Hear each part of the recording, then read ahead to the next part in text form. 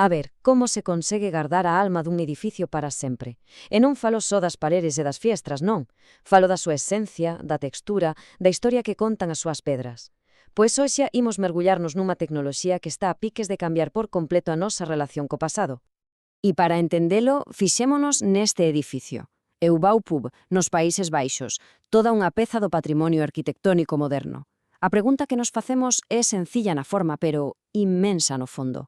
Como podemos capturar digitalmente para que as xeracións que veñan poidan non só estudalo, senón case sentilo? Moi ben, pois imos aló. Primeiro, presentemos o veterano, a ferramenta de confianza neste campo, o LIDAR. Para entendernos, pensemos no LIDAR como se fose un arquitecto meticuloso, case obsesivo. A él danlle igual as cores, as sombras, o que quere é a verdade xeométrica, quere os osos do edificio. Básicamente, é como ter unha cinta métrica feita de luz. Dispara millóns de pulsos láser e mide con unha precisión milimétrica a distancia a cada pequeño punto que toca. O resultado de todo iso é un mapa tridimensional de coordenadas puras. Estructura pura e dura, sen adornos. E isto é o que xera unha nube de puntos. É unha representación case fantasmagórica, pero eso sí, estructuralmente perfecta.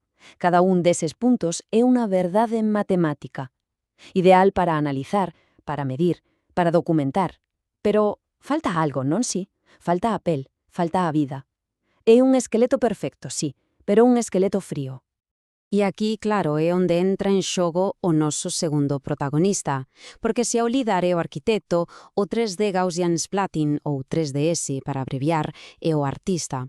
O seu obxectivo non é medir, non, é evocar. O que quere é pintar a pel do edificio con todo o seu realismo. Agora, o que é realmente fascinante disto é que o 3DS non construye un modelo 3D como entendemos normalmente, non. O que fai é coller un feixe de fotos normais de toda a vida e a partir delas crea millóns de pequenas salpicaduras de cor e de luz, casi como un pintor puntillista digital. E todas esas manchas xuntas compoñen unha imaxe tridimensional que é incriblemente real. E o resultado... Bueno, o resultado quita o alento. É tan realista que o cerebro tarda un segundo en procesar que eso non é unha fotografía. É un xemelo digital que casi parece respirar, que captura a luz e a textura dun xeito que, sinceramente, ata aí ben pouco era pura ciencia ficción. Entón, xa temos os dous contendentes. Por unha banda, o arquitecto preciso. Pola outra, o artista expresivo. A estructura perfecta contra a pel realista. Quen gaña nesta loita? Pois ben, os investigadores levaron estas dúas tecnoloxías ao límite, usando precisamente o edificio Boupu como o seu campo de batalla digital. Imos co primeiro asalto, o máis evidente, a proba do ollo. Sen entrar en tecnicismos, cal dos dois modelos engana mellor a nosa percepción? Cal nos fai sentir que estamos realmente ali? A ver, creo que aquí non hai moita discusión, verdade? A esquerda, a estructura casi fantasmal do LIDAR, e á dereita a realidade vibrante do 3DS. E ollo que non é só unha opinión, as análises cuantitativas demostran que o 3DS captura os detalles máis finos, as texturas e os matices da luz cunha nitidez moi superior. Nesta roda gaña o artista e por goleada. Pero claro, a beleza non é todo. Un bon modelo digital ten que ser tamén intelixente, ten que saber o que é unha fiestra, o que é un muro ou o que é unha cornixa. Así que nesta ronda, o que se mide é a chamada segmentación semántica. Basicamente, cal dos dous entende mellor a arquitectura. E aquí a cousa xa se complica.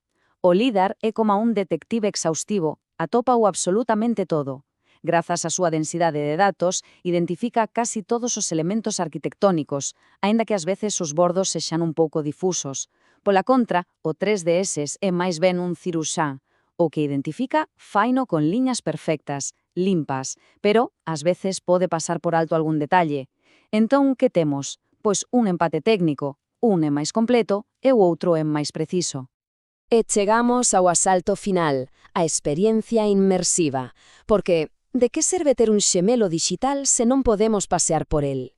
Así que toca poñer as lentes de realidade virtual para ver cal das dúas tecnoloxías consegue transportarnos de verdade ao interior do Boupop. Aquí os datos son demoledores. O 3DGs non socorre a unha velocidade de fotograma suave e constante que é a diferenza entre unha experiencia real e unha dor de cabeza, senón que o fai ocupando unha minúscula, unha ridícula fracción da memoria. Falamos de menos de 14 megabytes. É lixeiro, é rápido e a interacción é prácticamente instantánea. En realidade virtual, o 3DGs xoga senselamente noutra liga. E entón, despois destes 3 asaltos, cal é a conclusión? Quen gaña? Pois aquí ven o xiro de guión. Porque o punto crucial de todo isto é que a pregunta non era cal é mellor. A verdadeira revelación desta investigación é que non teñen por que ser rivais. De feito, son os socios perfectos. Esta cita do estudo é a clave de todo. Imaxinémolo un momento. O líder encárgase de construir o esqueleto, esa estructura xeométrica perfecta, insobornable. E despois chega o 3DXS e pinta sobre ese esqueleto unha pel fotorrealista, expresiva e supereficiente. É a precisión do arquitecto e a alma do artista, traballando xuntos. Pero claro, como se consegue esta fusión na práctica? Pois unha das propostas é pura enxeñería creativa. Primeiro, cóllese a nube de puntos perfecta do líder. Logo, úsase para xerar centos de fotografías digitais perfectas, como se un dron estivese a voar arredor do edificio cunha precisión milimétrica. E esas imaxes sintéticas son o combustible ideal para o motor do 3DXS. Cal é o resultado? O mellor de ambos os mundos, beleza construída sobre unha base de verdade absoluta. E ollo que aínda hai máis estrategias, como esta chamada LO3DGS. É unha idea brillante, directamente tomada dos videoxogos. O modelo mostra máis e máis detalles a medida que nos achegamos e simplifícase cando nos afastamos. Isto fai que a experiencia sexa sempre fluida e da máxima calidade posible, sen importar o dispositivo que se estea a usar. Así que queda claro que todo isto vai moito máis alá de crear postais digitais en 3 dimensións. Esta alianza entre a precisión e o realismo está a abrir portas a formas de interactuar con o noso patrimonio que ata agora eran simplemente inimaginables.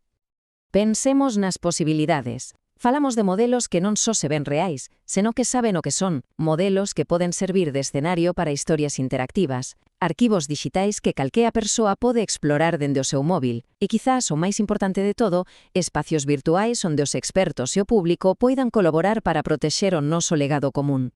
E todo isto lévanos inevitablemente á pregunta final.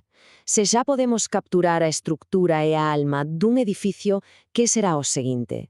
Esculturas fráxiles, xacementos arqueolóxicos enteios ou quizás algo aínda máis efémero como a luz dun solpor nun lugar que podería desaparecer.